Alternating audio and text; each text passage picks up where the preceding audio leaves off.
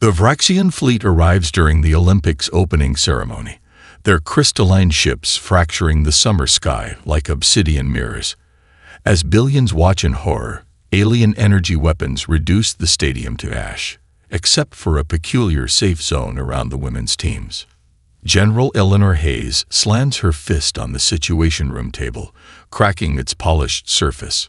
Satellite imagery confirms what the scattered reports suggest: systematic slaughter of male military personnel worldwide, while female soldiers are captured intact. "Play it again," she orders, her voice steady despite the chaos unfolding on multiple screens. The footage from Ramstein Air Base shows alien ground forces bypassing female personnel to target males with precision. The pattern repeats across every theater of operation. Lieutenant Rivera, Hayes' aide, bursts through the reinforced doors.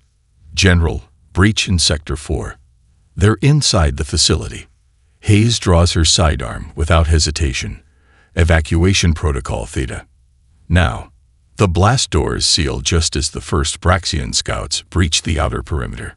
Their elongated forms move with unsettling fluidity, biomechanical implants pulsing with blue light beneath translucent exoskeletons. They're scanning for testosterone signatures. Dr. Winters shouts over the alarm, reading data from her tablet. Their targeting systems prioritize. The wall explodes inward.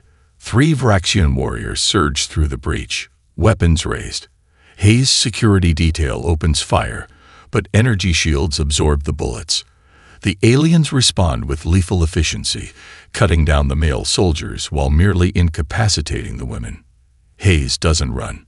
Instead, she steps forward, drawing the ceremonial dagger from her boot, a memento from a classified Terran operation that official records claim never happened. The lead Vraxian tilts its insectoid head, sensor implants flickering with apparent confusion at her aggressive posture. This hesitation costs it everything. Hayes moves with decades of combat experience, distilled into pure muscle memory. The dagger finds the seam between the alien's exoskeletal plates, penetrating the softer tissue beneath. Fluorescent blue fluid erupts from the wound as she twists the blade, severing what must be vital connections. The creature collapses, implants darkening. The remaining aliens adjust tactics, but too slowly. Hayes throws her knife into the ocular cluster of the second warrior, while Dr. Winters, showing unexpected resolve, rams a broken chair leg through the third alien's throat. "Get me a secure line to Moscow, Beijing, and London," Hayes orders, wiping alien blood from her hands. "And bring these bodies to the lab.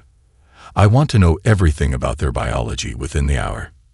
In the makeshift laboratory, the autopsies reveal the crucial insight: sophisticated implants calibrated to register testosterone as a threat indicator. A biochemical blind spot that explains the gendered pattern of the attacks. When the quantum encrypted connection finally establishes, Hayes faces her counterparts across the world. Colonel Yelena Volkova in Moscow, General Lin Wei in Beijing, and Commander Samantha Blackwood in London, all survivors of similar attacks, all having reached identical conclusions. "Gentlemen," Hayes addresses the few male officials present, "I'm afraid you're sitting this one out. This is now a women's war." Volkova nods grimly. The Vraxians made a critical error in their targeting algorithms. They've never encountered a species with our gender dimorphism, Lin adds. They don't register females as combat threats. Hayes studies the biological readings one final time. Then we exploit their mistake. We have 24 hours before they adapt their systems. Assemble your best women. Codename: Valkyrie.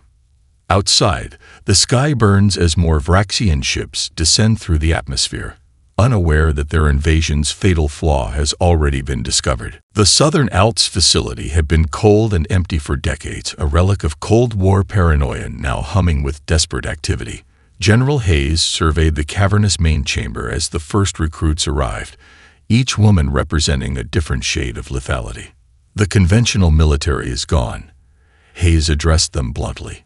"We need killers, not soldiers." Sergeant Major Amara Okafor stepped from the shadows, her tall frame accentuated by perfect posture. The British-Nigerian sniper carried only her custom rifle and a small leather bag. Those who knew her reputation gave her wide berth -103 confirmed kills, most at distances exceeding a mile. "Your extraction cost 17 lives," Hayes said. Okafor's expression remained neutral. "Worth it." She opened the leather bag, revealing 3 iridescent objects. Vraxian's sensory nodes. I collected them before extraction. They still function when separated from the host. Before Hayes could respond, the facility's steel doors hissed open. Dr. Maizong entered, cradling what appeared to be a pulsing chunk of alien technology. The DARPA scientists' hands glowed faintly where they contacted the artifact. "It responds to estrogen," Zhang explained without preamble. "Their technology is biased against female biology, but also uniquely receptive to it." Dark circles under her eyes suggested she hadn't slept since the invasion began. "I can reverse engineer their weapon systems if given time." "Time is the one resource we don't have," a melodic voice interjected. Sister Catalina Reyes emerged from the far corner where no one had noticed her. Her combat habit bore the blood-red markings of Vatican Special Operations, a division most governments denied existed. The former cartel assassin moved with liquid grace, her prosthetic left leg making no sound on the concrete floor. "The Vraxians are establishing excavation sites," she continued, placing a data drive on the central table. "My contacts in South America identified 22 major dig operations in the past 12 hours. The facility filled over the next day as more women arrived. Demolitions experts from Israel, Arctic warfare specialists from Finland, cyber warfare prodigies from Taiwan. Many bore fresh wounds. All carried stories of narrow escape. The inevitable clash came during the first training session. Okafor and Rice, demonstrating close-quarter techniques, crossed an invisible line between instruction and genuine combat. The sniper's knife stopped a millimeter from the nun's throat, while Reyes' garrowed wire had somehow looped around Okafor's wrist. "Enough," Dr. Zhang interrupted, pointing her prototype weapon at both women. The device emitted a pulse that momentarily paralyzed them. "Save it for the aliens." That night, Hayes found Zhang in the lab, surrounded by disassembled alien components. A photograph lay among the technological debris. A young woman with Zhang's eyes, smiling in graduation regalia. "Sydney," Zhang explained without looking up. "My daughter." Her university was in the first wave. Her fingers continued working even as tears fell. "I'm not a soldier, General, but I will make these creatures regret taking her." Hayes squeezed her shoulder silently before leaving to review the day's intelligence. Underground sensors had detected unusual seismic patterns at each Braxian excavation site, rhythmic vibrations suggesting massive machinery. "They're building something beneath us," Lieutenant Rivera reported, displaying the global pattern. "At this rate, they'll have coverage of every major population center within days." Hayes studied the map, noting the strategic positioning. They didn't come just to conquer, she realized. They're transforming the planet. She activated the facility-wide communication system. "Ladies," Hayes addressed her lethal assemblage. "Training ends tomorrow. Our first mission begins at dawn." In her private quarters, Hayes removed her uniform jacket, revealing a torso mapped with scars from battles on 6 continents. She traced the newest wound, a Vraxian claw mark across her collarbone, and smiled grimly. The aliens wanted Earth. They would learn what happened when you cornered Earth's deadliest species. Antarctica's research station McMurdo 7 had been designed to withstand the continent's extreme conditions, not alien occupation. Now its clean lines were marred by pulsating Braxian biotech, like tumors on steel and concrete. Valkyrie team approached under cover of perpetual night, the wind masking their movements as they traversed the ice shelf. Okafor took point, her modified thermal scope revealing the station's alien modifications in unsettling detail. "Their organic tech acts like a circulatory system," she whispered into her comm. "Heat signatures suggest primary nodes at these junctions." She marked 3 locations on their shared tactical display. Hayes nodded. Zhang, your assessment. The scientist studied readings from her cobbled-together scanner. Their security grid is focused outward, searching for male biological signatures. We're practically invisible to them. Sister Reyes made the sign of the cross. They see us as sheep, not wolves. She checked her Vatican-issue garrote wires, a mistake they'll make only once. The team breached the facility through a maintenance shaft that the aliens had deemed too small for strategic importance. Inside, the horror of Vraxian occupation became clear. The station's corridors had been converted into a processing center. Rows of transparent pods lined the walls, each containing a human subject. Males on the left, females on the right. Lieutenant Rivera observed, her voice tight. Different extraction protocols. The men's pods were connected to machines harvesting hormones and neural patterns. Many subjects showed signs of repeated tissue sampling. The women's pods featured more invasive neural connections, their abdomens distended by unknown procedures. They're not just studying us, John whispered, hacking into a nearby terminal with her modified interface. There, her voice faltered as footage appeared on the screen. The video showed Vraxian scientists celebrating the successful birth of hybrid creatures, part human, part alien. The translucent infants bore recognizable human features beneath a chitinous outer layer. This isn't an invasion, John realized, her face draining of color. It's replacement. An alarm suddenly blared, not from their intrusion, but from an automated system within the lab. Containment doors began sealing shut as a synthetic voice announced biohazard protocols. The prototype weapon is in the central lab, Hayes shouted over the alarm. Move. A reinforced door slammed down between them. Rise, reacting with inhuman speed, wedged her prosthetic leg into the gap. The hydraulics crushed the artificial limb, but the door stopped short of closing completely. Go, she hissed through clenched teeth, blood seeping from where metal met flesh. I'll hold it. Okafor didn't hesitate. She lifted the smaller woman onto her shoulders and pulled her through the gap, leaving the destroyed prosthetic behind. No one gets left, she stated simply, supporting Reyes as they moved forward. They reached the central laboratory to find the prototype electromagnetic pulse weapon partially disassembled, its components integrated into Vraxian research equipment. Can you make it work? Hayes asked as Rivera secured the perimeter. Zhang studied the hybrid technology, her fingers moving across alien interfaces with growing confidence. They've connected it to their power grid. I can use that. She glanced at Hayes. But it will alert every Vraxian in Antarctica. How long do we have once you start? 3 minutes. Maybe less. Hayes nodded grimly. Do it. As Jean worked, external sensors showed Vraxian reinforcements converging on the facility. Okafor positioned herself at a choke point, her rifle assembled with mechanical precision. General, Jean called, her voice strained. I've discovered something. They're implants. They're not just enhancements. The Vraxians themselves are partly artificial constructs. The prototype hummed to life, its energy signature building rapidly. If this works, John continued, it won't just disable their technology. It will disable them. A massive explosion rocked the facility's outer perimeter. The Vraxians had arrived. Now or never, Dr. Hayes said. Zhang activated the weapon. A wave of electromagnetic energy pulsed outward in concentric rings. Throughout the facility, Vraxian technology stuttered and died. And so did the aliens themselves, collapsing as their implants failed catastrophically. As silence fell, Hayes approached one of the fallen creatures.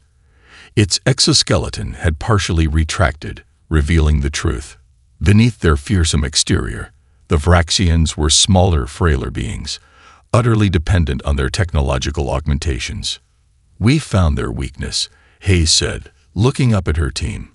Now we exploit it. News of the Antarctic victory spread through Athena's web, the quantum-encrypted communication network linking female resistance cells worldwide.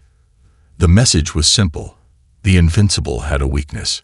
In Tokyo's Shinjuku district, Yuki Tanaka watched the data packet materialize on her hidden terminal. The former Olympic fencer had turned her meticulous precision toward a deadlier purpose since the invasion. Her Kitsune Brigade, 23 women drawn from Japan's self-defense forces, police special units, and surprisingly, the hyper-competitive world of corporate espionage, had been systematically disrupting Braxian operations throughout the city.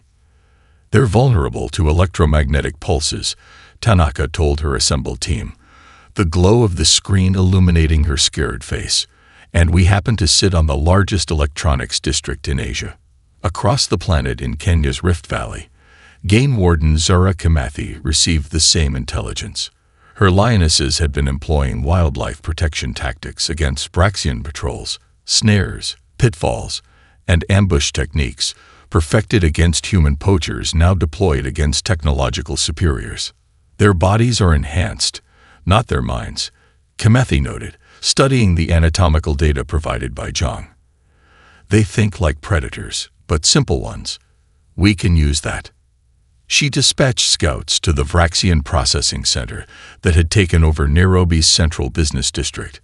Within hours, they returned with crucial intelligence.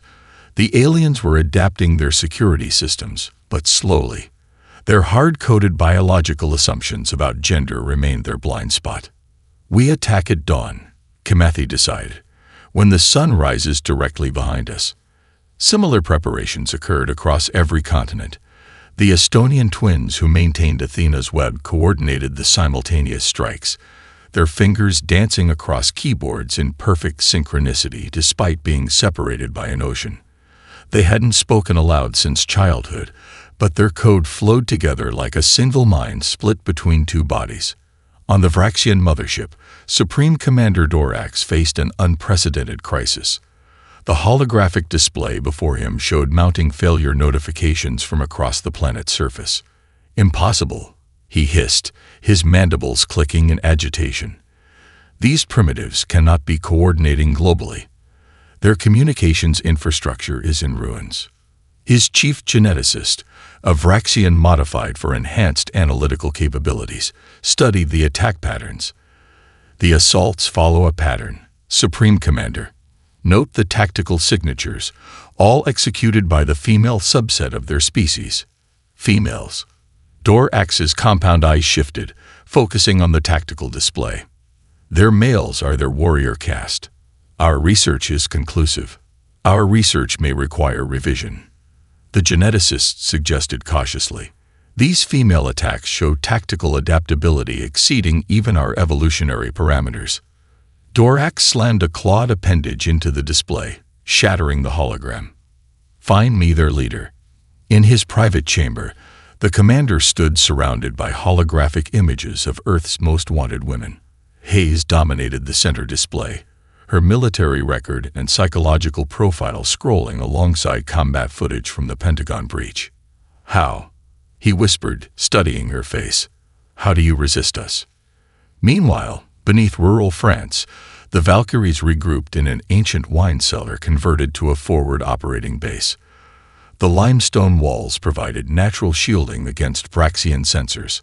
The worldwide strike begins in 12 hours, Hayes informed her team. Every resistance cell will target Braxian command nodes simultaneously. Zhang interrupted, her face ashen as she burst into the room.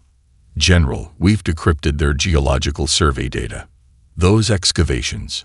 She displayed a three-dimensional map showing drill sites across the planet's surface. They're installing terraforming engines. The holographic projection revealed massive machines being assembled underground at each site. They're re-engineering our atmosphere, Zhang explained, her voice tight. The chemical process will make Earth compatible with Braxian biology within weeks. And humans, Rise asked, balancing on her newly fashioned prosthetic leg. Zhang met her eyes. The compounds released will be lethal to our physiology. Total extinction within a month. Hayes studied the map, noting the distribution pattern. Then our mission just changed. Forget disruption. We need to end this invasion.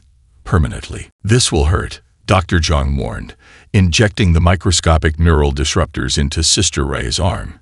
The silver-colored nanites visibly traveled through her veins like mercury snakes, glowing faintly under the bunker's harsh lights. Rais didn't flinch. "Pain is clarifying," she replied, watching the technology flow through her body with clinical detachment. Her eyes revealed nothing of her internal thoughts, a skill honed during years of Vatican operations. Operation Trojan Horse represented their most desperate gambit yet. With the terraforming engines nearly operational, a direct assault on the Vraxian network had become necessary. The only way to access their central systems, allow themselves to be captured.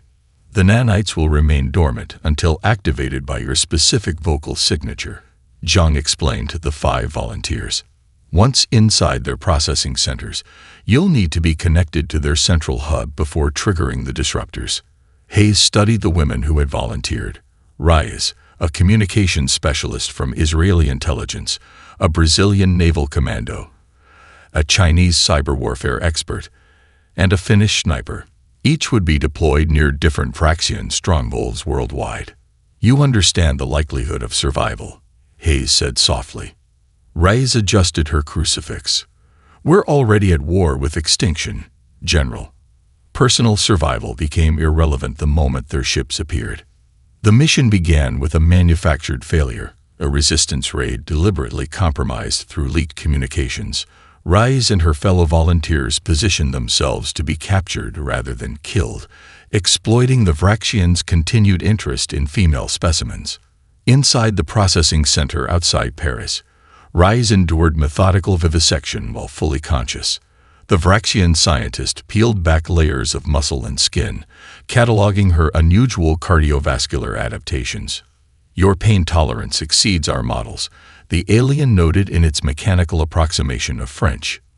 "These modifications to your nervous system, are they common in human females?" Reyes said nothing, focusing on the nanites spreading deeper into the facility with each invasive procedure. Through the haze of agony, she tracked the passing hours, waiting for the precise moment when all 5 captured Valkyries would be simultaneously connected to the central processing hub. In Tokyo, Berlin, Cairo, and Sao Paulo, her counterparts endured similar tortures, each nanite swarm infiltrating deeper into the Vraxian network. The aliens, believing themselves to be conducting valuable research, were unwittingly facilitating their own downfall. On the 43rd hour of her captivity, Reyes received the signal, a subtle vibration from the nanites indicating optimal network penetration. All 5 women were now connected to the central processing hub. The moment had arrived. Blood streaming from dozens of incisions, Reyes whispered her activation phrase, a prayer to Santa Muerte, the saint of death that she had both served and embodied throughout her violent life. "Bendita Muerte, accept these souls as sacrifice." Throughout the facility, nanites activated simultaneously, targeting the aliens' neural implants with precisely calibrated electromagnetic pulses. The Vraxians collapsed in waves, their bodies convulsing as the technology that sustained them short-circuited catastrophically. Alarms blared as containment pods throughout the processing center malfunctioned, releasing thousands of disoriented human captives. Reyes, moving despite her injuries with the singular focus of a predator, secured a Vraxian weapon and began leading the freed prisoners through suddenly vulnerable defenses. "Follow me if you want to live," she commanded, her blood-spattered form inspiring both terror and hope in the rescued humans. Across the globe, similar scenes unfolded as the other Trojan operatives led their own prison breaks. The coordinated revolt caught the Vraxians entirely unprepared, their forces hampered by cascading system failures that spread through their network like a virus. In orbit, the massive Vraxian mothership detected the planetary-wide disruption and broke from its stationary position. Its shadow darkened the sky over Washington, D.C. as it descended through the atmosphere, Supreme Commander Dorax coming personally to crush the insurrection.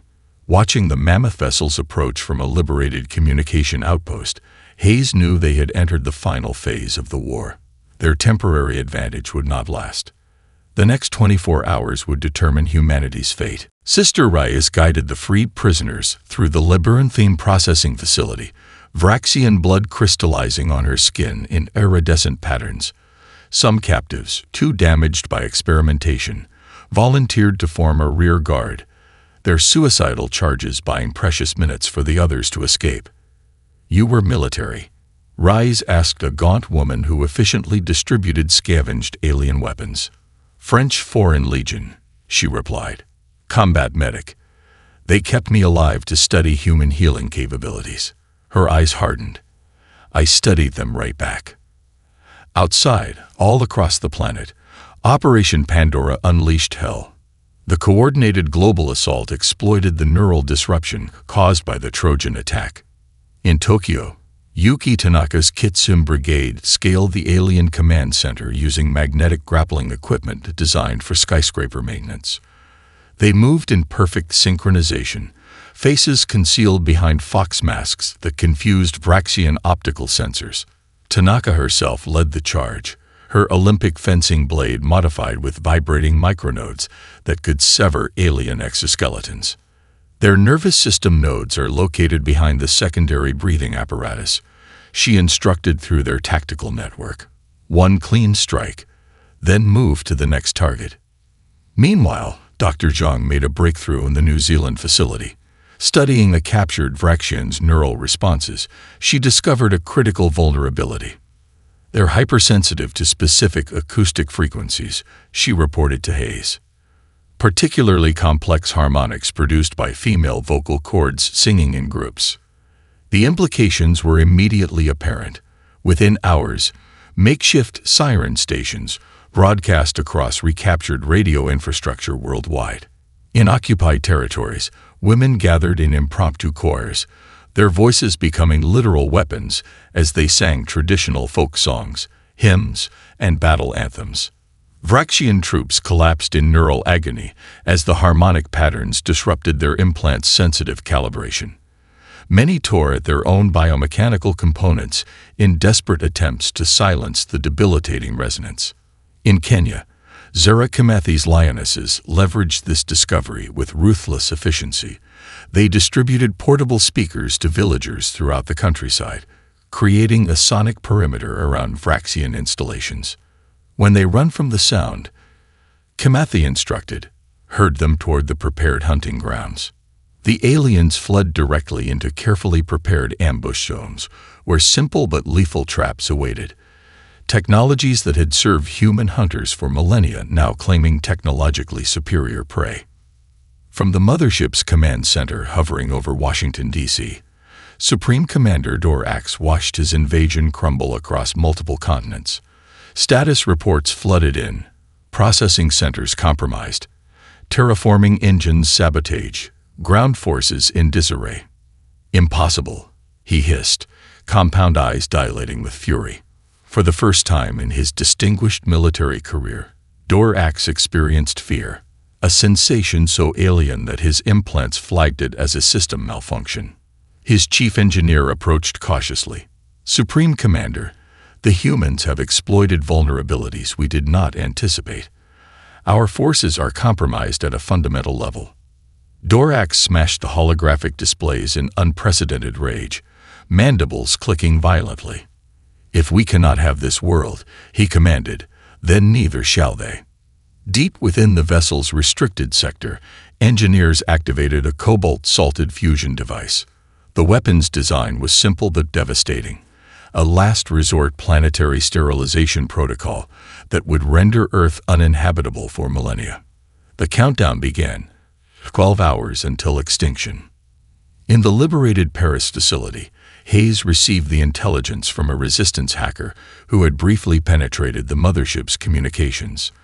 The countdown timer appeared on her tactical display, its red digits steadily decreasing. "They're going to salt the Earth," she told her assembled officers. Literally. Sergeant Okafor checked her weapon system methodically. "Then we take the fight to them." Hayes nodded, studying the schematics of the mothership that Dr. Zhang had extracted from captured data cores.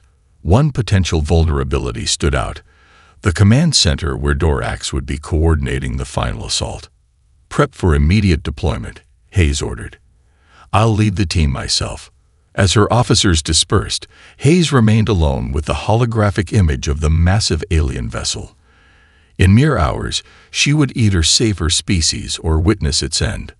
Not today, she whispered to the ship's imposing silhouette. Not while we still have women who can fight. It has to be me, Hayes told her protesting officers as she strapped into the captured Vraxian shuttle. The sleek craft hummed with alien technology, its controls reconfigured by Dr. Zhang's team for human operation. With respect, General, Lieutenant Rivera argued, you're too valuable to risk. The Resistance needs leadership more than it needs heroes. Hayes locked eyes with her aide. Leadership means knowing when to delegate and when to act personally. This is the latter. She checked the neural disruptor strapped to her wrist, a miniaturized version of the Antarctic prototype. Besides, Dorax has been studying me. He'll want the confrontation. The strike team assembled quickly, Sergeant Okafor methodically checking her custom rifle. 3 specialists, each carrying components of Zhang's experimental countermeasure, and Zhang herself, pale but determined. The shuttle's biological signature will register as returning scouts, Zhang explained. I've modified our transponder to broadcast surrendered female prisoners for retrieval. It should get us past their outer defenses. The mothership loomed above them, its crystalline surface reflecting sunlight in fractal patterns as they approached. Its scale became increasingly apparent, a city-sized vessel that dwarfed humanity's largest structures. Like flying into the mouth of God, Okafor murmured, uncharacteristically poetic, as they entered the cavernous hangar bay. Once aboard, they split into 2 teams. Hayes would head for the command center, while Okafor led Zhang, and the others toward the engine core housing the doomsday device. The ship's architecture disoriented human perception, corridors shifting subtly, gravity fluctuating between sections. Hayes navigated the ship's cathedral-like passages, encountering surprisingly little resistance. The few Vraxian guards they encountered fell quickly to concentrated disruptor fire. The lack of opposition raised her tactical suspicions. This is too easy, she subvocalized through her comm implant. He's funneling us. Confirmed, Rivera responded from the Earth command post. Thermal readings show concentrated Vraxian forces surrounding the engine core. They're waiting for Okafor's team. Hayes made her decision instantly. All units, change of plans. Everyone converge on the command center. We take Dorax first. The massive doors to the command center parted as Hayes approached. Another confirmation that Dorax expected her. The chamber beyond resembled an evolutionary museum, displaying Earth species alongside Vraxian historical forms in suspended animation fields. Supreme Commander Dorax stood at the center, towering and regal despite visible damage to his implants. His compound eyes studied her with unsettling intensity. General Elimer Hayes, he said in perfect English, his mandibles clicking softly.